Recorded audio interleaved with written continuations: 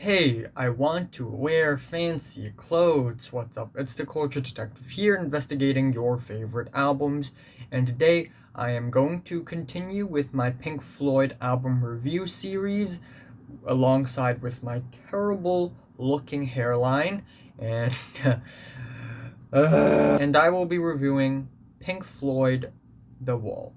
So, Pink Floyd is the legendary, the one and only, the brilliant band from the UK, prog rock, psych rock, art rock, experimental rock. They have offered so much great music in the past. It's actually really impressive, all the way from The Piper at the Gates of Dawn with its Baroque pop and folk roots to something experimental like A Saucer Full of Secrets. And then we have more psychedelic oriented Adam Hart Mother, as well as metal with the very long and powerful and melancholic echoes. Then we have the big four, of course. Starting off, we have the Dark Side of the Moon, the absolutely seminal, the classic Dark Side of the Moon, a nearly flawless set of tracks about the things that make humans mad. And it is also the start of a series of concept albums that Pink Floyd will continue to make every few years or so, because afterwards we have the album Wish You Were Here, and even though it has 5 tracks, it is 5 very beautiful, gorgeous, powerful, convincing, artistic tracks about either missing someone, missing a friend, or also about the music industry. The album Animals, released in 1977, is also a concept album about politicians in the UK and how much they suck. And now we have Pink Floyd The Wall. And instead of having 5 tracks, this album has 20 something tracks. And it is a double album. So this review, it's going to be friggin' long. But you know what? It's The Wall. I will talk about it as much as I want to. So, the year is 1979 when Pink Floyd had released The Wall, which is also, in my opinion, and I think in a lot of other people's opinions, one of the best albums of all times. This is a double album unlike any other double albums ever. And the fact that this album is only released in the late 70s is so crazy. It's so ahead of its time because essentially it is another concept album, but this concept, it's larger than ever. This is basically an album about the life and death, or maybe not death, but definitely the life story of a made up character. Originally, before I did any research on this album, I thought this album is like Roger Waters' autobiography, but more dramatic. But actually, the main character of this album, Pink Floyd, literally the band name, he is actually more of an amalgamation of Roger Waters and Syd Barrett, maybe a little bit of Gilmore, bit of Wright, bit of Mason, and all mixed together into one character with all the bad stuff happening to him. And this album is sort of like that, and it's like a movie, and that is why later in the 80s they actually made a movie based off of The Wall. And also the musical styles on this album, they have a large range. This album is also considered operatic rock because there is a lot of music on this album that sounds like it came out of a musical or an opera. And then, of course, you have the very bold, grand, psych-tinged prog rock tracks. And then we have the groovy, punky, synthy 70s rock on this album as well. And sometimes all 3 of these musical styles blend into one track as well. So, this album, it's absolutely ambitious. It's absolutely far reaching, and it's quite fantastic, not gonna lie. The album opens up with In the Flesh, question mark, and it is a really powerful opening. It lasts a really strong impression. It's like a punch in the face right in the beginning of of a movie. And it starts off really cozy. It starts off really comfortable with its relaxing harmonicas, and horns as well. And then suddenly we get these very bold and aggressive, sharp guitars just splashing down. And these guitars, they are layered, they are saturated, they are really roaring and growling. And then we have Roger Waters' performance, and his performance is fantastic in this album. And in the opening, it's almost kind of meta because Roger Waters' character on this opening track sounds like he's trying to say, yeah, this album may not fit your taste, it may not be your cup of tea, but fuck you, we don't care. We're still going to put out this album. And that is the impression that I get from the first track, and it lasts a very strong impression. Anyways, the second track is where the story actually begins. It's called The Thin Ice, and we see Pink Floyd as a young baby boy under the hands of an overprotective mother as well as a father. So we have lyrics like "Mama loves her baby, Daddy loves you too," and and it sort of starts off already very tragically. There is no happy childhood or anything, and the track musically itself is also pretty good in my opinion. It's a very simplistic but also beautiful piano track. And David Gilmour sings the first half, and then we have Roger Waters' very expressive and wild second half. And I know saying this isn't necessarily, right, given how Pink Floyd ended, but truly on this track and many other tracks on this album, Roger Waters and David Gilmour, they actually have a lot of chemistry sonically. Because David Gilmour's voice is very soothing, it's very cozy and comfortable, while Roger Waters is more shouty and expressive and wild, and together they really match up. They really match up. But if you know what happened to Pink Floyd in the 80s and after, that they Roger and David, they never really saw eye to eye. Anyways, then we have Another Brick in the Wall Part 1, which is where the madness begins.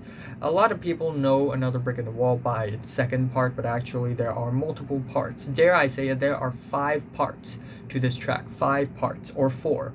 But part 1 is the build-up to the climax, and I really like the build-up. I can really feel the tension rising. The guitars, how icy but yet groovy they are amazing. I absolutely love it.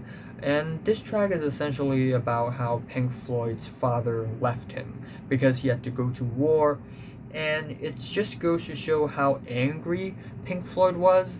And this also builds up to the next part, the Happiest Days of Our Lives, which in my opinion is the second part, or the 1.5 part to the Another Brick in the Wall series, where we get all these different sounds, these helicopter sounds, people yelling. And this track is about Pink Floyd going to school for the first time. I don't know if it's supposed to be a primary school or secondary school, or in American terms, elementary or middle or high. But still, Pink Floyd goes to school, and I don't know if that's still the case nowadays, even though I would disagree with it. The schools being depicted on this album, they are toxic. The teachers there, they don't want to teach. They just want to beat up kids. They want to punish them for anything, and they just want kids to suffer. And if I am studying in an elementary school or in a primary school right now, I would be like, hell yeah, that is true. Facts. But now that I have finished secondary school or high school, my opinions on the education system is a little different now. But still, maybe back in the 70s, maybe the education systems of the UK, or maybe even the entire world, maybe they are truly flawed. And then in that case, then this song would really resonate with anyone who has suffered in that boomer education system. But yeah, anyways, the happiest days of our lives. Absolutely love that track. The smashing drums, the very tight syncopated bass. It's fantastic. And Roger Waters' very quiet register is really cool. And then towards the end, when he shouts, and then there are these vocal delays, it's very groovy, and it's just awesome. Even though this track is only 1 minute long and 51 seconds long, you can still separate it into 3 parts, and that's what I love about this album, is that it deconstructs songs. They don't necessarily have to have a linear structure. They can be multi-parted, they can sound very differently from one another but still have smooth transitions. And of course we have the legendary Another Brick in the Wall Part 2, with its rebellious refrains, "We don't need no education." And yeah, wow, the first time I heard this song, I was like, hell yeah. But then again, the first time I heard it, I was quite young. And yeah, I still really, really, really love the track. I think the guitars, they're icy, they're groovy, and they are just absolutely infectious. The guitar solo is awesome, and the vocal samples towards the end, they're very creatively used. I mean, we have teachers shouting, "Stand still, laddie," and other stuff. "If you don't eat your meat, I'm not gonna give you your pudding." Anyways, afterwards we have the track Mother, which is a long, even though in Pink Floyd standards not that long, but in this album standards, quite long, about 5 minutes long. A sweet and warm ballad about an overprotective mother. And even though the track sounds really beautiful, it sounds really sweet and smooth and kind, but the lyrics, they're not really, I mean, yes, they're kind, but too kind, because again, this track is about an overprotective mother, and we have lyrics like, "I won't let you fly, but I might let you sing." And yeah, it actually kind of reminds me of "Helpless Child," a super long song by Swans, probably my favorite Swan song ever. And that track is also about being overprotective, maybe too protective, or maybe in a way a very toxic mother-children relationship. But yeah, anyways, Mother, it's a great track. And then the album quickly becomes very musical and very operatic, with Goodbye Blue Sky, where we get very sweet guitars that would turn very sour and toxic and disgusting, and then we would return to the sweet and innocent, and then it would be very sour and toxic again, because it's basically about the blue sky, very beautiful, very sweet, very clear, and then you would see jet planes dropping bombs, because this track is about the war and how war affects people. And I guess this track is also about how Pink Floyd's father had died in the war, because Roger Waters in real life, his father also passed away in the war, unfortunately. We also get very intense bird chirpings on this track, which a lot of people are talking about. Anyways, up next we have Empty Spaces, where we get the mechanical chuggings, which reminds me a lot of Welcome to the Machine back on the album Wish You Were Here. And we also get all sorts of noises, very toxic, intoxicated synths. And I guess this track is about Pink Floyd's character sort of growing up from the school days, the overprotected days, and now he's trying to explore the world on his own, and how he's maturing, which leads up to the next track, Young Lust, where Pink Floyd's character really goes out and meets a lot of women. This track, it's really self-explanatory. It's really about young lust, and I also like the musical tone of this track. It has a very strong late 70s swagger alt rock vibe to it. Yeah, again, growly Gilmore vocals, which is really awesome. I mean, Gilmore can sound soothing, but he can also sound quite, powerful, I guess, in a way, or monstrous, but not really monstrous, but more, don't know how to describe it, more aggressive.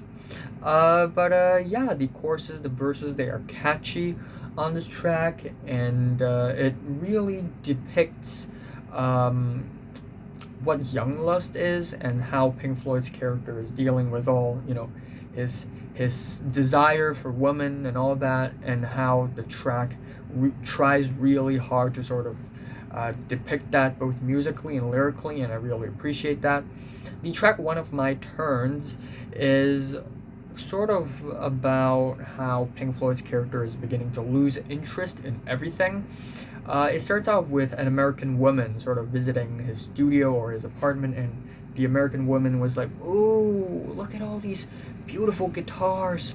Oh, look at the television. Oh," and then we have Pink Floyd's character sort of sounding so weak and so distressed.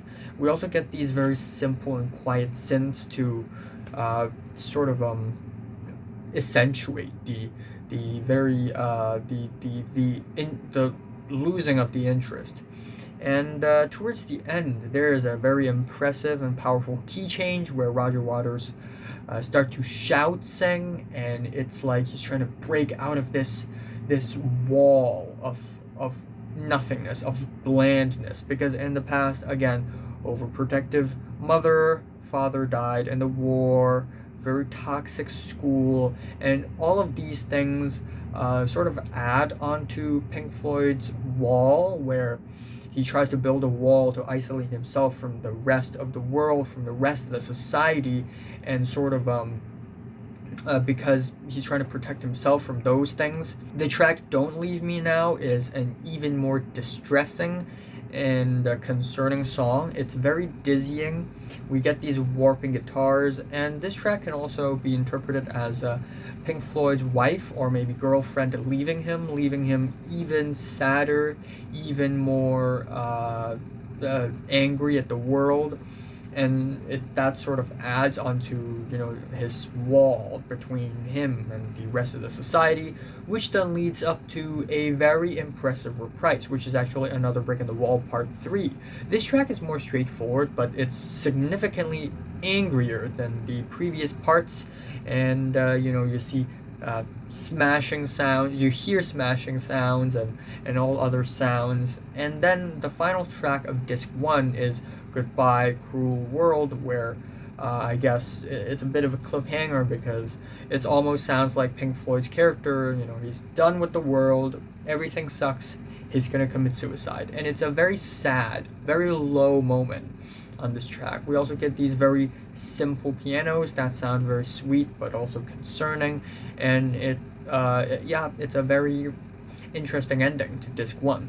And then afterwards we have disc 2, which of course, given that there was a disc 2, Pink Floyd didn't die. We have the track Hey You, which is, man, one of the highlights on the album. I absolutely love the track of Hey You. The guitars on this track, they are sour, they're melancholic, they're very bitter, and they have a scorched, a sunburnt 70s feel to it, which I really love. And also, it's a catchy song. The verses, the choruses, they are catchy, they're sticky. And this track is sort of about a rough life, feeling alone. Hey you, sitting naked by the phone, will you hear me? And it's sort of like Pink Floyd's character reaching out for help, but also towards the end, having motivation. Together we stand, divided we fall, and keep fighting. Don't give in without putting up a fight. And then immediately afterwards, even though it sounds like Pink Floyd's character has finally not redeemed himself, but finally found a way to get out of his very miserable life and break down his wall of isolation, we have the track Is There Anybody Out There, which is a very quiet song, very stripped back vocals with swirling sounds in the back, and it actually sounds very concerning as well. It sounds like Pink Floyd's character is trying so hard to reach out for help, but realizing that nobody cares. And we get these sour and dejected acoustic guitars towards the end, which makes the track sound even more concerning and worrying. And Roger Waters' performance, fantastic. I mean, he sounds really distressed and helpless on this track. And then we have the track Nobody Home, where Pink Floyd's character, I guess, goes back home. And this is actually a really good song. Again, very simplistic sounding, but also it's a very sad piano ballad with beautiful strings towards the end, very nice delayed vocal effects. and it sort of says how Pink Floyd sort of returns to his home and to realize how things have changed and how much he misses his childhood, the good parts of his childhood.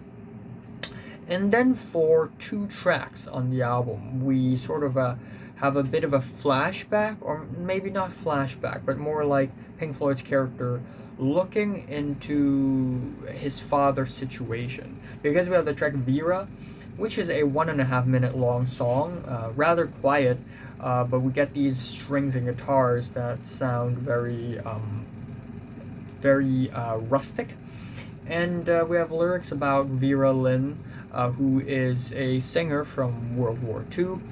And then afterwards we have the track Bring the Boys Back Home, which is also not a track exactly about Pink Floyd's life, but rather his father, and how it is an epic marching song with the marching drums and the group vocals. And I guess this track is about how the military tries to bring the boys back home, back to their own country, safe in one piece after and actually during the war.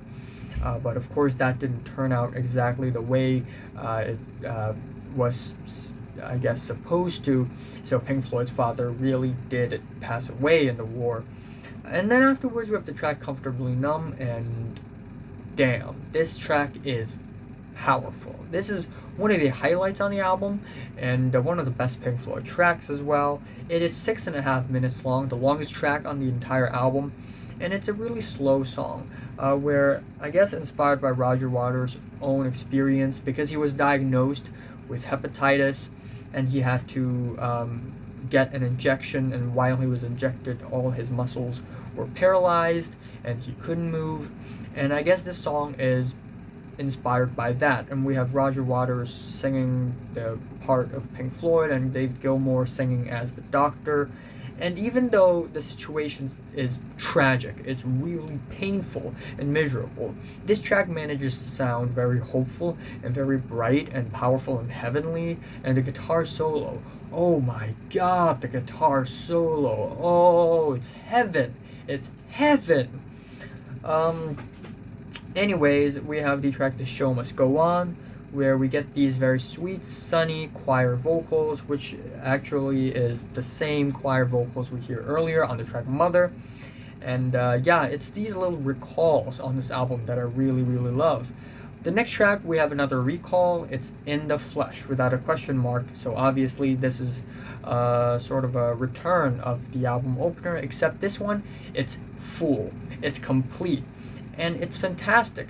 Pink Floyd's character, he's so walled in and he's so isolated from the rest of the world, he became delusional.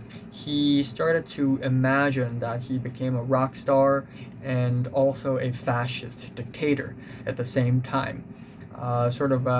Getting Jews, getting other people with a colored skin up in the wall, and become posing as a huge threat to his show's audience members. And the delusion doesn't stop. We have Run Like Hell, which is also a fantastic track. It sounds very late 70s, very early 80s. It is a 4/4 beat synth rock song, jangly guitars that are very sunny, and we also get chants, run, run, run, and then we get the delayed speedy vocals, and they sound fantastic. The delusions do not stop in Waiting for the Worms, where the sunny sweet choir returns again, and the track is 4 minutes long. I guess if I have one complaint on this track, it would be that the melodies, they were kind of stagnant and a little goofy at a few points, and there were these muffled shouts, which I wasn't or am not a huge fan of, but still not a terrible track. And to end off, we have the track Stop, which is 31 seconds long, but it's basically Pink Floyd's character finally realizing that he's been delusional the whole time and he wants to stop the delusion. And we also get some simplistic pianos behind it, which is really nice. It sounds like we're in a musical. It really sounds like we are in the audience seat watching a character sort of struggling on the stage with a spotlight on top of his head. Like, it sounds really, really operatic. But to make the album even more operatic, we have the second to last track, The Trial, which is, in my opinion, another highlight on the album. I absolutely love this track. This track is where the album goes full opera mode, full musical mode. I mean, we have all sorts of characters dressing up, singing in a very overly dramatic way, and the music itself, they are not even rock anymore, not one bit rock. It's pure musical. It's like an orchestra. I mean, we got the goofy tubas, the sharp horns, the swirling strings in order to create a more dramatic atmosphere. And on this track, it's almost like Pink Floyd's character is looking back at his life and trying to figure out if he was actually a good person or not. And all sorts of characters sort of return. Again, we have the overprotective mother. We have the very toxic teacher. We have, I think, Pink Floyd's wife or girlfriend who left him, who cheated on him. And the song is written fantastically. The lyrics, they are actually they are actually like musical level. And Roger Waters' performance on this track, it's mind-blowingly good. Like, he plays all of the characters almost. And and anyways, the chorus, I actually really, really love it. It sounds like he's really going crazy, because in the chorus he's literally singing crazy, I think I'm going crazy, truly gone fishing, and then we have the children's choir sort of showing up again to make it even stranger and crazier. But towards the end of the track, the judge of the trial is sort of like, yeah, I'm gonna punish you, but by punishing you, I will tear down the wall, basically, which is a little confusing. Like, how did the judge jump from I need to punish you to okay, I'm gonna tear down the wall? But anyways, at the very end, we have the track Outside the Wall, where the wall is finally teared down. People are chanting, tear down the wall, tear down the wall, and the wall finally comes down, and suddenly it becomes super peaceful, ethereal, dreamy, relaxing, and cozy. And then at the very, very, very end of the track, we hear a small voice saying, wait, is this where...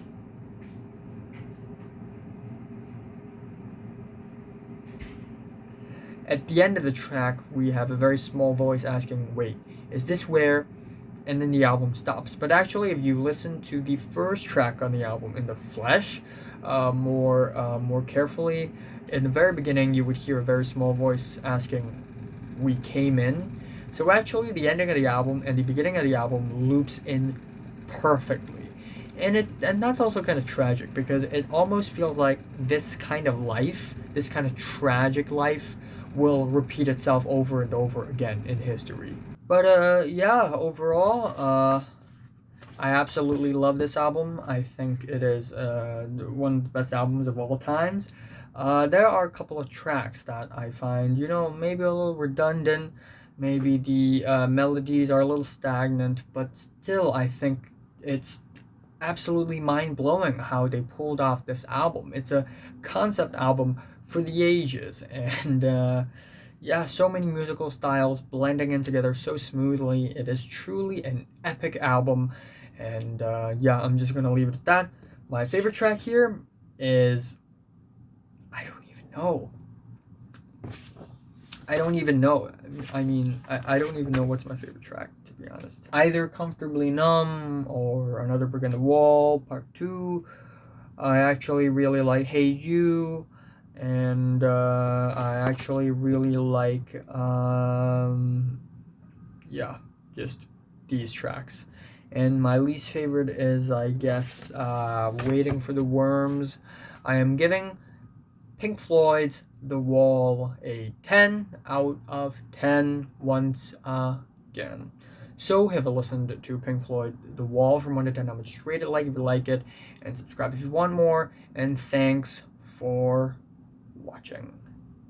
Yay.